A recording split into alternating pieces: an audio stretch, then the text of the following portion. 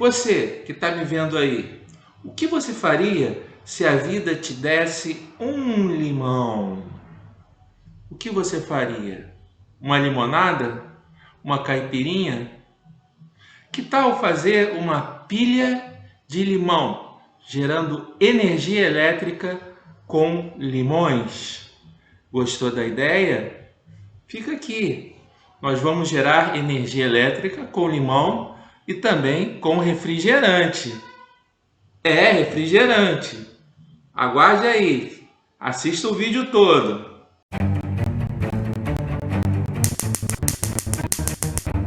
Olá, pessoal. Eu sou o professor Anderson Lupo, professor de Física do Instituto Federal do Rio de Janeiro. Seja bem-vindo. Este aqui é o canal Cientistas Legais. Para você que gosta de ciência de forma lúdica, divertida, interativa, fique aqui conosco. Nesse experimento de hoje, nós vamos ver a construção de uma pilha feita com limão. E se não bastasse, nós também vamos fazer uma pilha feita com refrigerante.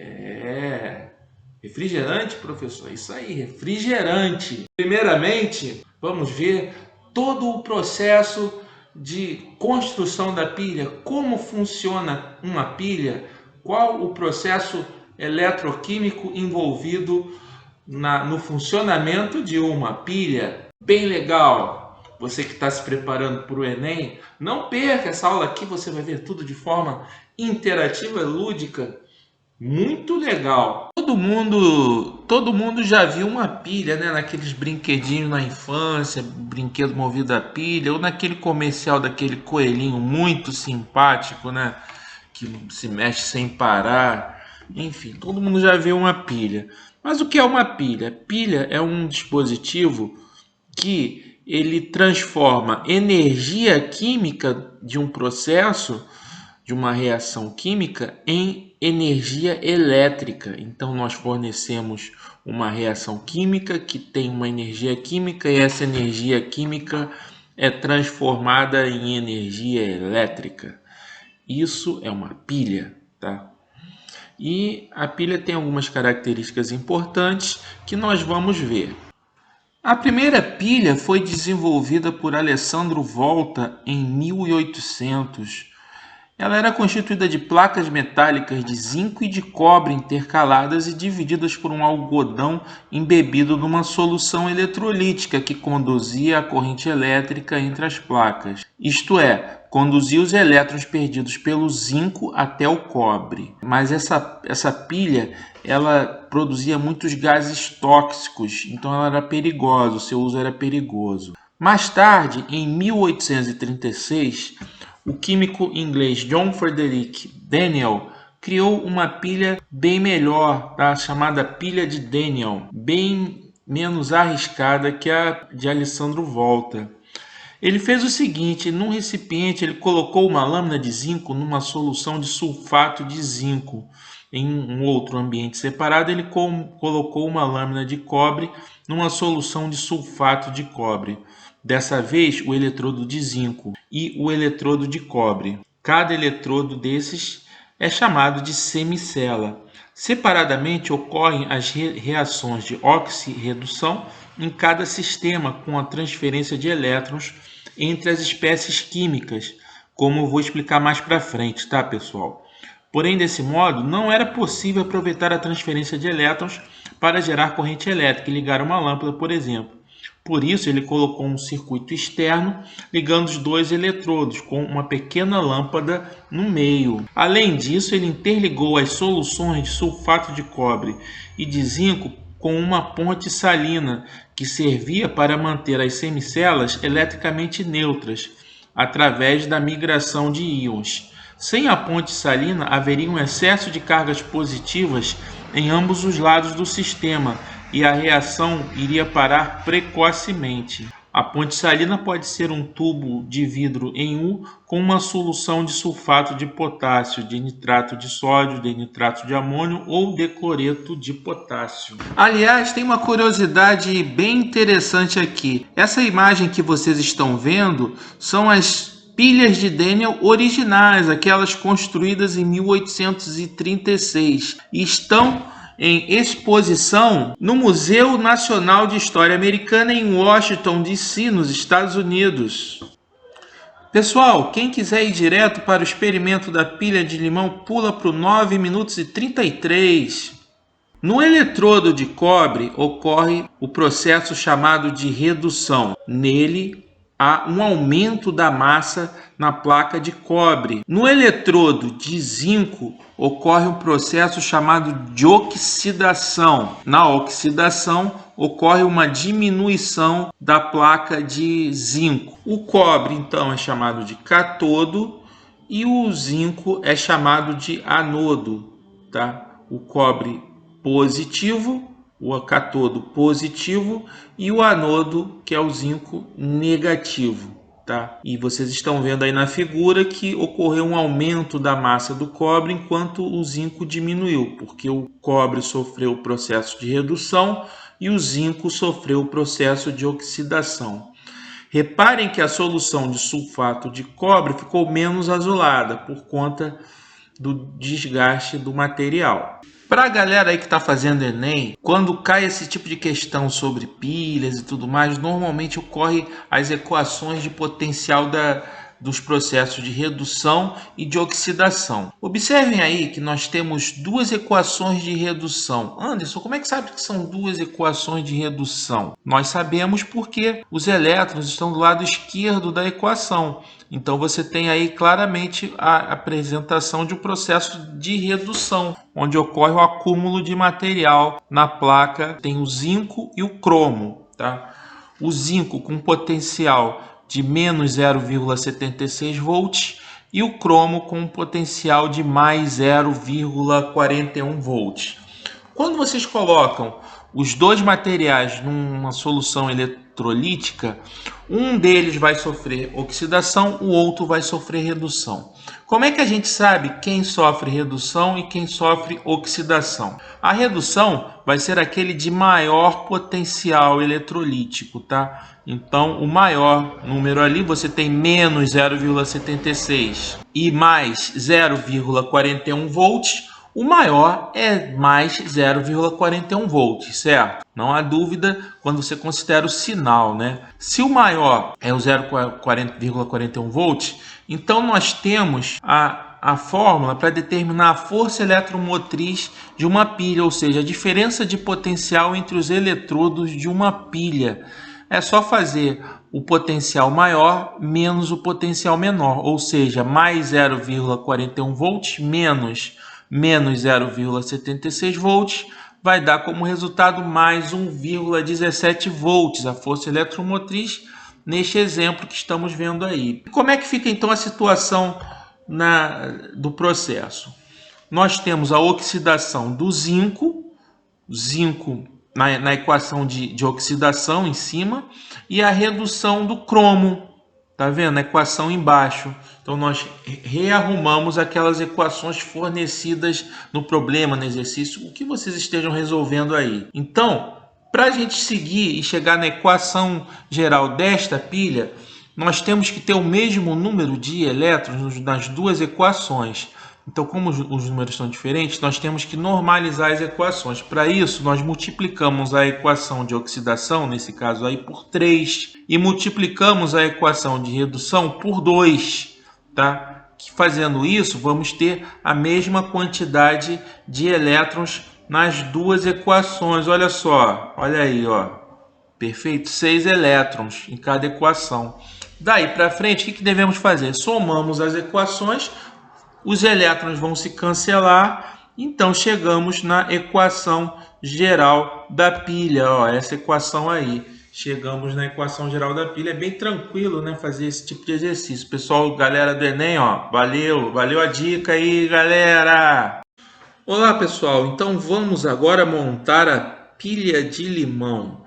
Para montarmos pilhas de limão, precisamos dos limões. Limões bem fresquinhos e aquele de casca lisa, que tem um sumo maior quantidade de sumo, tá? Então é uma solução bem ácida. Então, limões de boa qualidade, tá? o quilo do limão tá na faixa de R$ 4,50 aqui no Rio de Janeiro. Então você com meio quilo, R$ 2,30, você consegue fazer o experimento, tá? Meio quilo de limão já é o suficiente. Precisamos de fios para conexão. Esses fios, o preço do metro desse fio, seja vermelho ou preto, é R$ 1,50, R$ 1,50. Então, com 1 metro, você consegue ter o suficiente, tá? Você pode comprar meio metro preto, meio vermelho, ou usar os fios da mesma cor que vai funcionar do mesmo jeito, tá bom?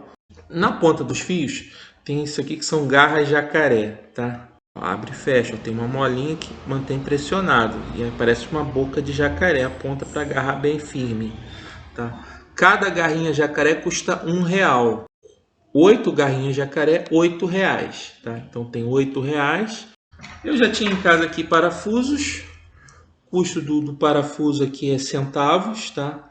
Então, uns 3 ou 4 parafusos de zinco, tem que ser de zinco, tá? Todos esses aqui eu testei, funcionam no experimento, são parafusos de zinco. A maioria dos parafusos disponíveis no mercado são zinco. Os maiores, você vai ter uma pilha com maior durabilidade, tá? Os menores vão ter uma pilha com um pouco menos de durabilidade, mas vai funcionar também. A durabilidade das pilhas pode ser muito pouca ou durar um pouquinho mais, tá? As pilhas de limão, depende do uso, do consumo de energia, entenderam? Esses parafusos de zinco vão ser os eletrodos negativos, conforme a explicação anterior. E moedas de cobre. Moedas de cobre. Essas moedas de cobre são moedas de 5 centavos que são de cobre. Outras moedas são feitas de outros materiais, aí não vai funcionar. Tem que ser moedas de 5 centavos, que são moedas de cobre. Perfeito? Não serve outro material. Tem que ser aquelas moedinhas de 5 centavos feitas de cobre. Então nós vamos ter uma pilha de zinco cobre. Eu tenho aqui para a gente ligar e ter uma demonstração visual de que está tudo funcionando. Temos um LED alto brilho da cor vermelha, tá? Quando ele for ligado, ele vai acender a luzinha vermelha e a gente vai ver que ele ligou, tá bom? Então esse é o material necessário. Vamos fazer 3 pilhas de limão e fazer a associação das pilhas em série, tá bom? Precisamos também de uma faca de cozinha normal para fazer o corte no limão, para poder introduzir a moedinha, tá? Então nós fazemos o corte aqui, ó.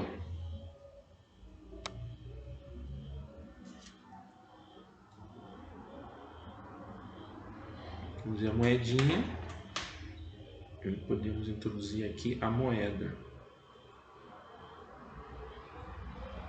Dessa forma, ó, tá vendo? E agora vamos introduzir o parafuso.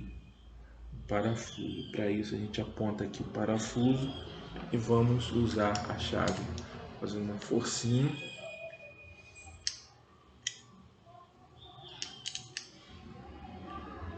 Quando fura a casca, aí vai tranquilo, tá?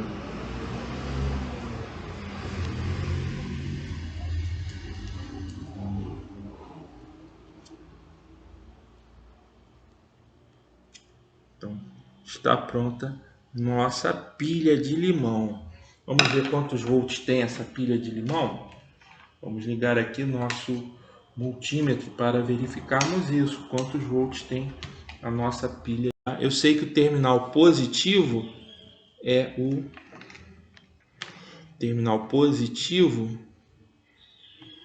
o cobre. Então o cobre é positivo, o zinco negativo. Então 0,921 volts que está dando essa pilha de limão aqui. Então, pessoal, para ganhar tempo, eu já fiz as outras 2 pilhas de limão do mesmo procedimento da primeira, igualzinho, do mesmo jeito. Então, temos agora prontas 3 pilhas de limão e vamos fazer a associação em série, associando o terminal positivo com o terminal negativo, conectando duas pilhas e vamos verificando a DDP nessas duas pilhas. Olha só. Assim, com o nosso multímetro, vamos medir a DDP na associação das duas pilhas e dá 1,845 volts. Agora associamos a terceira pilha de limão. Lembrando que conectamos o terminal positivo, que é o cobre, com o terminal negativo, que é o parafuso de zinco. Fazendo a conexão, temos uma associação com 3 pilhas feitas de limão, tá bom? Primeiramente, vamos medir a DDP das 3 pilhas de limão associadas. Vamos verificar que o resultado dá 2,786 volts, tá? Agora, conectamos a pilha de limão no LED. Vamos fazer a conexão e verifiquem que o LED está acendendo. Eu vou chegar mais para cá para facilitar a visualização. Estão vendo? Está acendendo. Perfeito. Posso fazer aqui, reduzir a iluminação para melhorar, ó. Tá. Estão vendo? Então, o LED acende a partir da energia gerada pelas 3 pilhas de limão associadas em série. Agora, nós vamos fazer uma pilha com refrigerante. Esse aí é um refrigerante feito de abacaxi, tá? Temos o nosso eletrodo, parafuso de zinco, que é conectado ali no fio preto. E vamos colocá-lo diretamente no refrigerante, tá bom? E o outro eletrodo de cobre, pegamos um fio de cobre, um pedaço descascado do fio para poder facilitar. Esse fio de cobre é conectado no fio vermelho e o fio preto conectado no terminal preto do multímetro. Agora vamos introduzir o terminal de cobre, o eletrodo de cobre na solução. E aí vamos ter aí uma DDP, está aparecendo na escala de milivolts, 282, agora baixou para 245 milivolts, ou 0,24 volts. E aí, gostaram do experimento? Bem legal, né? Te surpreendeu, não foi? Isso aí. Gostou do vídeo? Curtiu? Então, se inscreve no canal, vai, para dar essa forcinha pra gente poder trazer mais e mais experimentos legais para vocês, tá? Fique conosco e tchau, tchau!